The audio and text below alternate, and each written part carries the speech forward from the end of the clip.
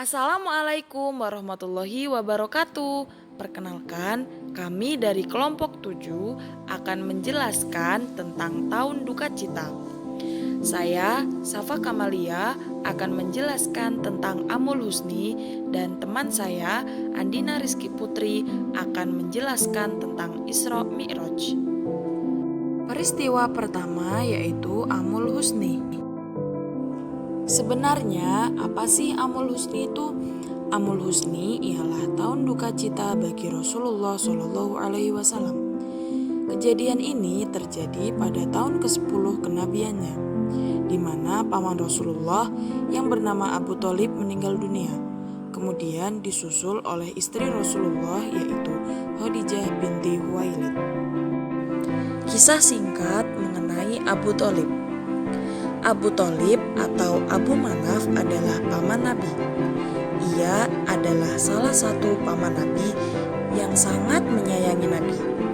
Ia juga yang mengasuh Nabi sejak Nabi berumur 8 tahun.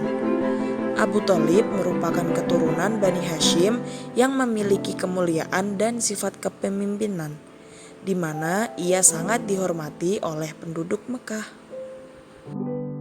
Abu Thalib adalah seorang pedagang, di mana dalam suatu perjalanan perdagangannya, ia kerap mengajak Nabi Muhammad.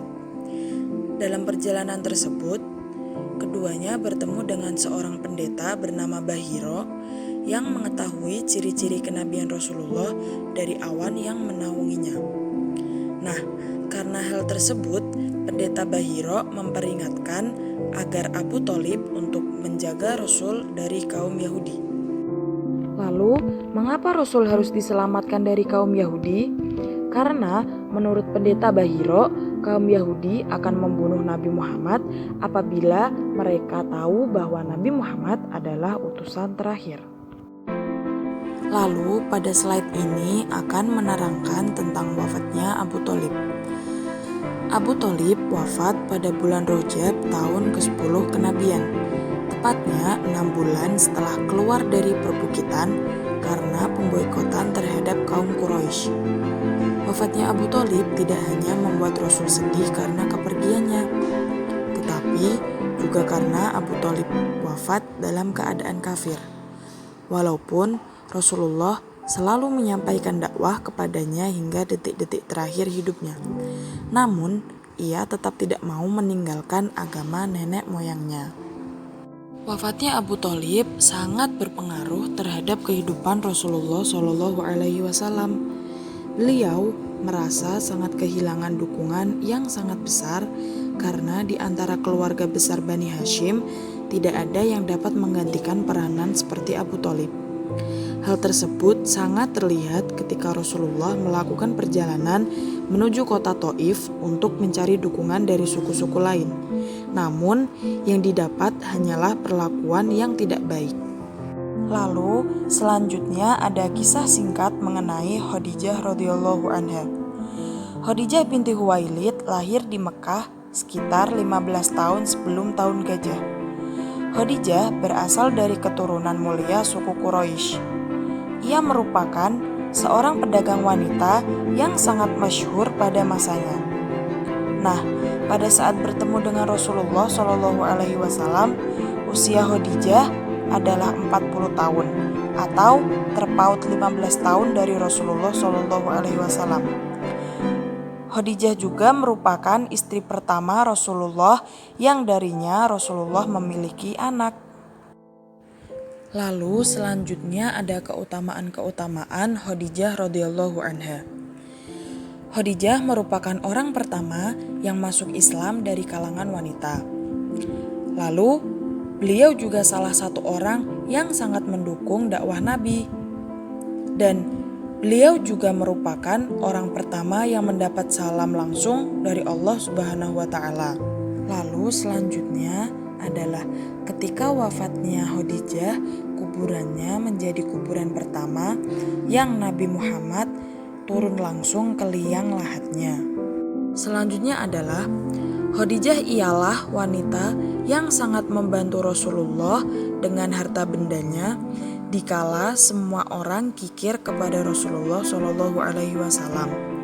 Dan darinya juga Allah Subhanahu wa Ta'ala menganugerahkan anak kepada beliau. Dan masih banyak keutamaan-keutamaan lain yang dimiliki oleh Khadijah radhiyallahu anha. Lalu pada slide ini akan menceritakan tentang wafatnya Khadijah radhiyallahu anha. Tidak lama setelah wafatnya Abu Thalib, yaitu paman Rasulullah Shallallahu Alaihi Wasallam, Khadijah radhiyallahu anha dipanggil oleh Allah Subhanahu wa Ta'ala. Khadijah wafat pada tahun ke-10 kenabian. Wafatnya Khadijah menjadi pukulan yang sangat keras bagi Nabi, karena selain Nabi kehilangan seorang yang amat ia cintai dan yang mendukung dakwah beliau, Khadijah wafat di tahun yang sama dengan Abu Thalib, yaitu paman Nabi, yang menjadikan tahun tersebut sebagai tahun duka cita atau yang biasa disebut dengan Amul Husni. Selanjutnya saya akan menjelaskan tentang Isra Mi'raj. Yang pertama, arti Isra ialah perjalanan Nabi Muhammad SAW yang dimulai dari Masjidil Haram sampai Masjidil Aqsa. Dan Mi'raj artinya perjalanan Nabi Muhammad SAW naik ke surga untuk menerima perintah Tuhan agar umatnya melaksanakan ibadah sholat. Jadi arti dari Isra Mi'raj ialah bagian kedua dari perjalanan yang dilakukan oleh Nabi Muhammad SAW dalam waktu 1 malam saja. Karena pada peristiwa inilah dia mendapat perintah untuk menunaikan sholat 5 waktu sehari semalam. Pertama ada di Quran Surat Al-Isra ayat 1. Di Quran Surat Al-Isra ayat 1 Allah Subhanahu wa Ta'ala berfirman, Maha suci Allah yang telah memperjalankan hambanya pada suatu malam dari Masjidil Haram ke Masjidil Aqsa, yang telah kami berkahi sekelilingnya agar kami perlihatkan kepadanya sebagian dari tanda-tanda kebesaran kami. Sesungguhnya dia adalah maha mendengar lagi maha mengetahui. Dan yang kedua dari Quran Surat An-Najm ayat 13-18. Allah Subhanahu wa Ta'ala berfirman, dan sesungguhnya Muhammad telah melihat Jibril itu dalam rupanya yang asli pada waktu yang lain, yaitu di Sidratil Muntaha. Di dekatnya ada surga tempat tinggal. Muhammad melihat Jibril ketika Sidratil Muntaha diliputi oleh sesuatu yang meliputi penglihatannya. Muhammad tidak berpaling dari yang dilihatnya itu dan tidak pula melampauinya. Sesungguhnya dia telah melihat sebagian tanda-tanda kekuasaan Tuhannya yang paling besar. Sidratil Muntaha adalah tempat yang paling tinggi di atas langit ketujuh yang telah dikunjungi Nabi ketika Mi'raj. Lalu selanjutnya ada perjalanan Isra Mi'raj Nabi Muhammad SAW. Peristiwa Isra dan Mi'raj adalah mukjizat yang sangat besar dan tanda kenabian yang sudah sangat jelas. Selain itu, Isra Mi'raj adalah kekhususan bagi Nabi Muhammad SAW, karena hal ini tidak pernah terjadi kepada nabi-nabi sebelumnya.